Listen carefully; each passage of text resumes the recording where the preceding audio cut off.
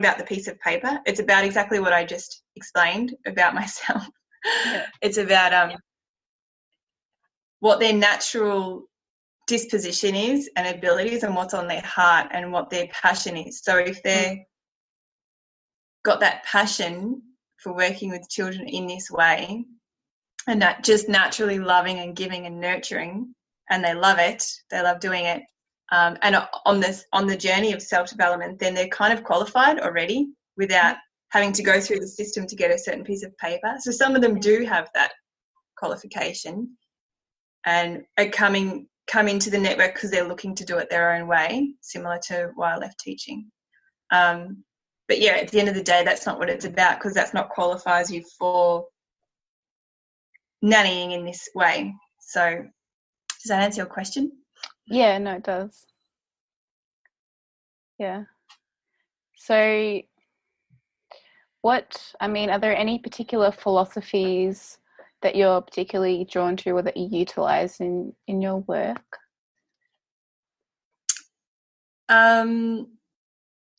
Really, actually, I probably apply, listening to our instincts and intuition, I feel like is the main thing. Like without having learned a set framework of a philosophy or a course or anything like that, that's the first thing that comes up. So I've noticed the more I allow myself to follow instincts and intuition when I'm holding the space for children, that's when the magic happens. So, and that has meant undoing my own programming.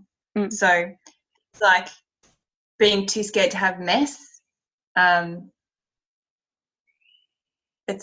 Mess is okay. Now, like, what's the worst that's going to happen if there's mess? We just clean it up at the end. So that was one of the things that I used to have is, a baby who's self-weaning and learning to handle food and play with food in that phase where they're not really eating it yet. They're just kind of exploring it and playing. That makes a lot of mess. That used to freak me out, where now I'm okay with it. Yeah. Or if they want to get the paint out, or they want to play outside in the mud, like I've just let go of so much resistance to having. It's probably my teaching training as well. It was a little bit like everything's got to be tightly controlled and structured and ruled, and so letting go of that is what's allowed me to be able to listen to my instinct and intuition in every moment, whether it's a little baby or a toddler or a child that I'm picking up from school, because that's what following our intuition and our instincts is, responding to exactly what's happening in that present moment and being informed by that. So I think that's a huge part. Yeah, I love that. Yeah. Actually might just talk a little bit about, because gentle parenting is something obviously that's referred to a lot within holistic parenting. So because there's a bit of I feel like this is important to discuss, because there's a bit of a misnomer that gentle parenting means just free range and it's kind of letting go and no just boundaries. Yes, and it's actually not the case at all. Part of the philosophy of gentle parenting is actually having those boundaries in place, safe, loving, firm boundaries in place. But it's just about why it's called gentle parenting is because it's in a way that's gentle and respectful, opposed to authoritarian. So working with your child at their level, but also setting boundaries with love. Yes. Exactly. Yeah. Actually, I heard a really good reference to that from a video that I watched where the guy talked about, he said, it was in reference to teenagers, but I feel that it applies to all children of all, and us.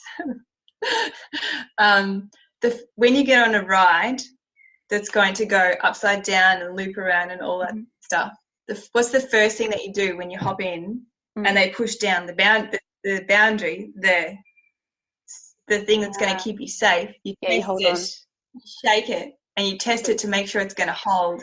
Yeah. So that's what they're constantly doing. They're constantly testing the boundary to make sure it's going to hold. So they can go, okay, cool, that boundary's there. It's going to keep me safe so I can have fun. I mean, sometimes we got to, yeah, so do I. It just clicked when I heard that. So, yeah, having that safe boundary is really important and a big part of gentle parenting. So, yeah. Yeah, because kids need to have safety and security as well as the ability to explore as well. They almost go hand in hand. Having the safety and security allows them to explore. Yeah, like the safe base to come back to. Yeah. And what I love about this approach to parenting is how it really sets your kids up for life, because it's building them a foundation. So if they have, a safe, secure attachment and they have boundaries and things made in their childhood, then they're more likely to be, a secure adult who can be independent and who knows how to ground themselves and center themselves when they need to. And then the roll-on effect of that, again, is the bigger picture of, that changes everything, because it's another person out there in the world and interacting with the world who has that grounding and that connection to themselves and what they're passionate about. So they're going to go out there and do things differently to how things have been done to this point. Yeah, butterfly effect. Yeah. Yeah, so I personally feel that being able to raise children in this way is probably one of the best, if not the best, contribution you can give to the world, because that's the next generation. Yeah. Yeah, I agree. Yeah, actually, I saw a quote the other day that said, conscious parenting is activism. Yeah, for sure.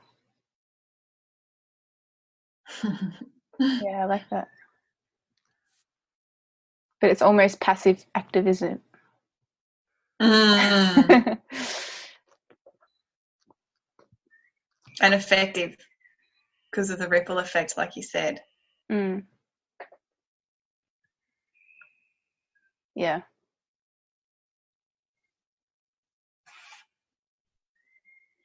So what are some of your top values? Did I just catch you off the spot? Or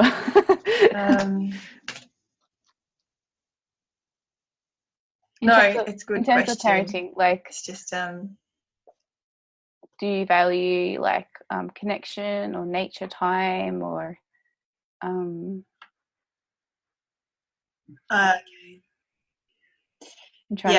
definitely it's okay. I think I got it. Just got to, because it's a deep question, I just got to drop in to access it. Yeah, for sure. I think one of the things I value when I'm with the children is, actually connection, because there's a few reasons why. One reason is because I suppose that's part of one of the having a boundary actually is the connection. So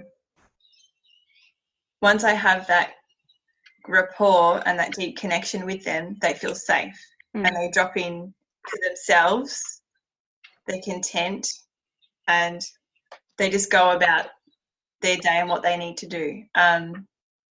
For me, it's not just with children, just in general, actually, connection is one of the things I value most. So, but it's beautiful having that connection with children because, like I said, one of the things I value most is also play. That's actually really recent that's come through for me as one of the things I really value. I always have, but I've just taken it to the next level lately. So it's partly why I love being with children. They haven't forgotten how to play and how to live and how to be in the moment. So connection and play, which go together, because once they've got their connection, they feel safe enough to play and express themselves. What else? Connection, play.